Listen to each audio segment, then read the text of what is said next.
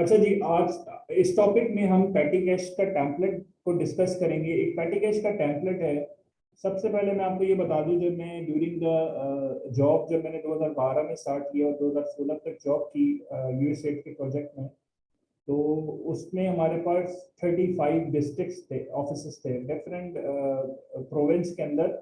मिसाल के तौर पे अगर सिंध है तो उसमें सक्कर भी था, लाड़काना भी था, कंबरशन कोट भी था, शदाबकोट जो है। इसके अलावा अगर लाहौर है, मुल्तान है, नौशेरा है, तो डिफरेंट डिस्ट्रिक्ट ऑफिस बने हुए थे हमारे। तो उसको हम इस पैटी कैश से बड़ा अच्छा कंट्रोल कर लेते थे। पैटी कैश क्या था कि हर हर डिस्ट्रिक्ट ऑफिस में हमने एक 35,000 का पैटी कैश दिया हुआ था। अब होता क्या है, हर कंपनी के हिसाब से होता है पैटी कैश। ये आपको अकाउंटिंग और फाइनेंस के जो स्टूडेंट होते हैं नॉर्मली इनको पता होता है कि पैटी कैश क्या होता है। एक इम्प्रेस सिस्टम है, ठीक है, रिम्बर्समेंट होती है। आप एक पहले ओपनिंग बैलेंस ले लेते हैं, देन पूरे महीने उसको यूटिलाइज करते हैं, जो एंडिंग बैलेंस होता है। लेट सपोज अगर 1 लाख का पैटी कैश था और 50,000 रुपये, 60,000 रुपये खर्च हो गए, तो जो 60,000 रुपये है वो आपको रिपर्स हो जाएंगे नेक्स्ट ओपनिंग पे, ताकि वो दोबारा से 1 लाख रुपए हो जाए और नेक्स्ट मंथ के लिए आपका पैटी कैश हो जाए। तो अच्छा, पैटी कैश हर कंपनी का अलग होता है। अब एंग्रो का पैटी कैश डिफरेंट होगा डेफिनेटली, क्योंकि वो बड़ी ऑर्गेनाइजेशन है। ठीक है, छोटी ऑर्गेनाइजेशन कोई हो सकता है 20,000 पैटी कैश हो उनका। तो डिपेंड करता है पैटी कैश। और अच्छा, हम लोग क्या करते थे कि हर डिस्ट्रिक्ट ऑफिस में ये हमने शीट दी हुई थी और गूगल ड्राइव पे रखी हुई थी। तो वो यहाँ आके अपना डाटा एंटर करता था डेली बेसिस के ऊपर। हमें डेली बेसिस के ऊपर 35 डिस्ट्रिक्ट को विद इन अ सेकेंड हम रिकंसाइल कर लेते थे। और हमें पता चल जाता था कि किसके पास कितना बैलेंस मौजूद है, इस वक्त डे एंड पे कितना बैलेंस है।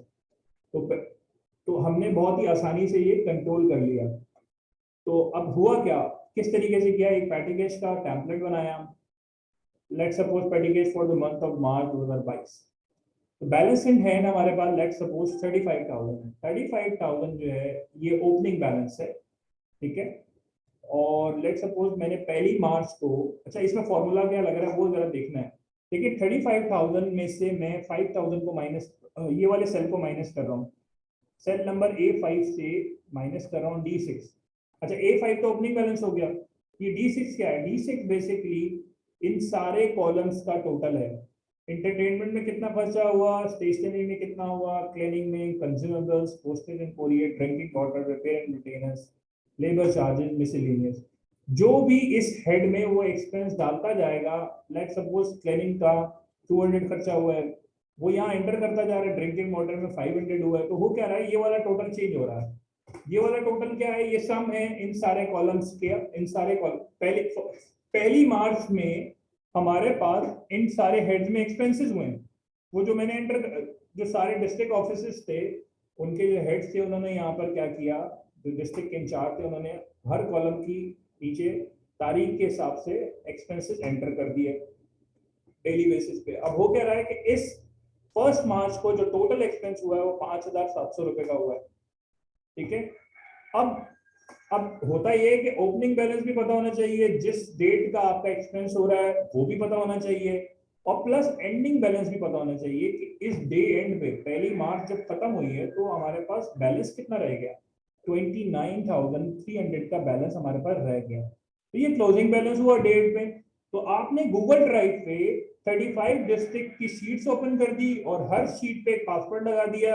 हर पासवर्ड जो डिस्ट्रिक्ट का ऑफिसर है वो देख सकता। अच्छा, एक जरूरी नहीं है कि एक ही शीट बना ले, एक ही फाइल बना ले, आप अलग अलग फाइलें बना लें गूगल शीट के ऊपर, एक्सेल शीट के ऊपर, या एक्सेल शीट के ऊपर नहीं बना, गूगल शीट के ऊपर नहीं बनाना चाहते, नॉर्मल इसी तरह की एक्सेल फाइल के ऊपर बना लें।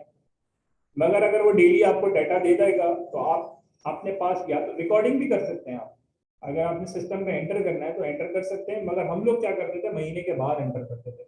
महीने के बाद जब रिकनसाइल्ड होके सारी चीजें हमारे पास डाटा रिसीट्स आ जाती थी, जब डॉक्यूमेंटेशन आ जाते, डॉक्यूमेंट्स आ जाते थे और स्लिप्स आ जाती थी एक्सपेंसेस की, तो हम एंटर करते थे अपने सिस्टम में। मगर डेली उसको कंट्रोल जरूर करते थे कि किसका कितना बैलेंस रह गया। अच्छा, कभी कभी ओवर एक्सपेंस भी हो जाता था, तो उसको भी हैंडल देखना, उसको फिर पैटी कैश जल्दी से रिवर्स करते थे। तो हमने एक क्या कर लिया, कंट्रोल कर लिया। अच्छा, इससे एक फायदा ये भी होता था कि हमें पता है कि एंटरटेनमेंट में कितना खर्चा हो रहा है, स्टेशनरी में कितना हो रहा है। और मंथ एंड पे यहाँ पर अगर मैं नीचे जाऊं तो मंथ एंड पे मैंने एक कॉलम का टोटल भी बनाया है कि भाई ये पूरे कॉलम का टोटल है। तो मैं एक एंट्री करता था entertainment expense debit, stationery expense debit, cleaning expense debit, consumable expense debit, मगर मुझे 30 एंट्रीज नहीं करनी, मुझे मंथ एंड पे एक एंट्री करनी है कि एंटरटेनमेंट एक्सपेंस डेबिट किया, इन सारे एक्सपेंसेस को डेबिट किया और पेटी कैश एक्सपेंस क्रेडिट कर दिया। तो ये आपकी, चाहे तो आप डेली बेसिस पे एंटर करें, मगर आप रिसिप्ट्स आपके पास आ जाए तो ज्यादा बेहतर रहता है। अच्छा जी, यहाँ हमारे पास इसमें इसमें ये क्या हो गया, पेटी कैश कंट्रोल हो गया। तो सर इस टेम्पलेट को समझाने का मकसद, एक तो पेटी कैश को समझाना इसलिए जरूरी है कि हर ऑर्गेनाइजेशन में ये चीजें यूज हो रही होती है। दूसरा मकसद ये होता है कि अगर आपकी ऑर्गेनाइजेशन में आप काम कर रहे हैं, वहां कोई कंट्रोलिंग शीट बना लें। अगर कंट्रोलिंग शीट बना लिया करेंगे आप लाइफ में या फिर ड्यूरिंग द वर्क, तो वो आपके लिए आसान हो जाता है। मैं जब आया तो मैंने इस पेटी कैश पे काम करना शुरू कर दिया, कंट्रोलिंग शीट बना ली, सारे डिस्ट्रिक्ट को कंट्रोल कर लिया, अपने हाथ में कर लिया कि अब मुझे सारी चीजें पता चल रही होती थी, कौन क्या कर रहा है, किसमें कितना एक्सपेंस हो गया है, किसको पैसे चाहिए, किसको नहीं चाहिए, कहाँ पे जो है वो रिइंबर्समेंट वगैरह करनी है। तो खैर एनी हाउ, इसी तरह हम इनकम टैक्स कैलकुलेटर बनाएंगे तो हमारे पास एक कंट्रोलिंग शीट आ गई कि भाई मैं टैक्सेबल अमाउंट डालूंगा तो टैक्स की अमाउंट आ जाएगी, एनुअल अमाउंट आ जाएगी, डिवाइड बाई 12 करूंगा तो पर मंथ अमाउंट आ जाएगी। ठीक है। अच्छा जी, अब हम पेटी कैश को डिस्कस कर लिया है। अब हम जो है देखते हैं how to remove duplicates and how to highlight duplicates. दोनों मिलते जुलते टॉपिक हैं। अगर मैं चाहता हूँ किसी डुप्लीकेट को रिमूव करना चाहता हूँ तो मैं क्या करूँगा, जैसे ये है 10250, तो अगर मैं इसको यहाँ पे कॉपी करता हूँ तो ये डुप्लीकेट हो गया, ठीक है। या फिर इसको नीचे कहीं कॉपी कर लेता हूँ, अब मुझे पता नहीं है कि ये कितने डुप्लीकेट्स हैं, तो मैं क्या करूँगा, कॉलम पे क्लिक करूंगा। कॉलम पे क्लिक करने के बाद डाटा में जाऊंगा और रिमूव डुप्लीकेट्स कर दूंगा, तो मेरे पास जो भी डाटा होगा वो जो रिमूव जो डेटा जो डुप्लीकेट वैल्यूज होंगी वो रिमूव हो जाएंगी। सही है। अच्छा जी, अच्छा इसने क्या किया, सिलेक्शन पूरी नहीं दी है, इसको मैं दोबारा से सिलेक्शन देता हूँ। Selection the, remove duplicates, continue with the current selection, और इसको ओके कर दिया। तो अब देखें ये क्या कह रहा है, 30 duplicate values found and remove. उसने 30 वैल्यूज को फाउंड किया और रिमूव कर दिया। जो यूनिक वैल्यूज थी वो बता रहा है कि 792 यूनिक वैल्यूज रिमेन। ठीक है। तो हमने क्या करना है, जिस कॉलम में से डिलीट करना है तो आप पहले उस कॉलम को सेलेक्ट कर लें, देन रिमूव डुप्लीकेट पे चले जाएं, या फिर आप अच्छा, या कॉलम सेलेक्ट करके भी किया जा सकता है। अब मैं ये बताता हूँ आपको कि पहले इसको अंडू कर देता हूँ ताकि वो रिपीट, वो जो हमने एक्स्ट्रा आईडीज डाली थी वो रिमूव हो जाए। अच्छा जी, ये आगे रिमूव हो गए। ठीक है। तो रिमूव डुप्लीकेट का मतलब ये है कि कहीं पर आपके वैल्यूज रिपीट हो रही हैं, तो एक ही डाटा दो दफा एंटर हो गया तो आपने रिमूव कर दिया।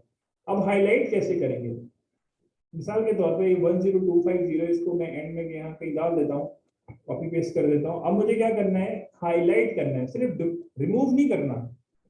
रिमूव करना मैंने आपको पहले बता दिया, जो डाटा के टाइम में रिमूव डुप्लीकेट, मुझे हाईलाइट करना है कि डुप्लीकेट वैल्यू सिर्फ हाईलाइट हो जाए। तो मैं क्या करूंगा, जिस कॉलम में मुझे ये काम करना है पहले उस कॉलम को सेलेक्ट कर लें। सेलेक्ट करने के बाद कंडीशनल फॉर्मेटिंग में जाएं, हाईलाइट सेल्स रूल में जाएं और उसके बाद डुप्लीकेट वैल्यूज पे जाएं। अभी हम क्या करें, हाईलाइट करें। तो मैंने कॉलम को सिलेक्ट किया, इस कॉलम में मुझे जो वैल्यूज रिपीट हो रही हैं, आईडीज रिपीट हो रही हैं, सिर्फ उसको मैं हाईलाइट करना चाहता हूँ। Conditional formatting, highlight cells rule और डुप्लीकेट वैल्यूज। तो ये देखिए इसने रेड हाईलाइट कर दिया है कि भाई ये दो वैल्यूज हैं जो रिपीट हो रही हैं। ठीक है। तो ये दो वैल्यूज जो है वो रिपीट हो रही है, 10250, ये क्या हो रहे हैं, रिपीट हो रही है। तो इसने सिर्फ हाईलाइट करके दिया, आपको रिमूव नहीं किया। तो दोनों चीजें काम आती हैं और दोनों आपको पता होनी चाहिए, रिमूव कैसे करते हैं और हाईलाइट कैसे करते हैं। तो इसका मतलब है कि अभी हमने पैकेज डिस्कस कर लिया और रिमूव डुप्लीकेट और हाईलाइट डुप्लीकेट कर लिया, साथ साथ कंडीशनल फॉर्मेटिंग को भी साथ साथ देख लेते हैं। कंडीशनल फॉर्मेटिंग में हमारे पास लेट सपोज, अच्छा इसको मैं अनडू कर देता हूँ वापस से कि वो आईडीज हैं रिमूव ना हो जाए। अच्छा जी, कंडीशनल फॉर्मेटिंग क्या करते हैं sir, conditional formatting let suppose आपने ये देखना है कि इस कॉलम के अंदर आप चाहते हैं कि आप हाईलाइट करना चाहते हैं उन वैल्यूज को जो कि ग्रेटर देन है, जो कि ग्रेटर देन है 2 मिलियन। आपने क्या किया, तो पहले 1 मिनट पहले क्या करते हैं, दोबारा से हम करते हैं कि मैं क्या कंडीशनल फॉर्मेटिंग से आपको ये बताना चाह रहा हूँ कि आप अगर वो वैल्यूज को हाईलाइट करना चाहते हैं जो कि जो है वो मोर देन 2 मिलियन की अमाउंट है, लेट्स सपोज कोई भी वैल्यू जिससे ग्रेटर देन है या लेस देन है या इक्वल टू है, तो पहले आप कॉलम को सिलेक्ट करेंगे। कॉलम को सिलेक्ट करने के बाद आप कंडीशनल फॉर्मेटिंग में जाएंगे, highlight cell rule which is greater than 2 million. तो जैसे ही मैंने 2 मिलियन से अबव की अमाउंट डाली तो उसने क्या कर दिया, सारी की जो है वैल्यूज को हाईलाइट कर रहा है, मगर ये 2 मिलियन से कम भी कर रहा है। उसको जरा देखते हैं कि क्या चीज़ है। पहले हम इन अमाउंट को सिलेक्ट कर लिया हमने, देन उसके बाद conditional formatting, highlight cells greater than 2 million. तो अब मैंने जब 2 मिलियन किया है तो 2 मिलियन से अबव की जो अमाउंट है वो यहाँ पर दे रहा है। तो इसका मतलब अगर आपने हाईलाइट करना है उन वैल्यूज को कि जो स्पेसिफिक अमाउंट से ज्यादा है, तो आप कॉलम को सेलेक्ट डाटा को सेलेक्ट करने के बाद कंडीशनल फॉर्मेटिंग में जाएंगे, हाईलाइट सेल वैल्यू और greater than. Sir less than करना हो 2 मिलियन से या 1 लाख से तो लेस देन पे क्लिक कर देंगे, बिटवीन करना हो तो बिटवीन पे क्लिक कर देंगे, और अगर इक्वल टू करना है तो इक्वल टू पे क्लिक कर देंगे। मैं एक करके भी बता देता हूँ। लेट सपोज मुझे लेस देन करके देखना है, तो लेस देन 1 लाख की जो वैल्यूज हैं तो वो हाईलाइट हो जाए मेरे पास। पहले मैं इस एरिया को सेलेक्ट कर लेता हूँ और इसमें जो कंडीशन फॉर्मेटिंग लगी है उसको क्लियर रूल कर लेता हूँ। क्या करेंगे, कंडीशनल फॉर्मेटिंग में जाके क्लियर रूल, सारे रूल क्लियर हो गए। अब मैं दोबारा से एरिया सेलेक्ट करूंगा, conditional formatting, highlight cell rule which is less than 1 lakh. तो 1 लाख से जो छोटी अमाउंट है वो इसने क्या कर दी है, हाईलाइट कर दी है 47,000, 92,000, ये 1 लाख से कम की जो अमाउंट है। इसी तरह इक्वल टू भी कर सकते हैं और बिटवीन भी कर सकते हैं। तो यहाँ पे मैं रिकॉर्डिंग स्टॉप करता हूँ।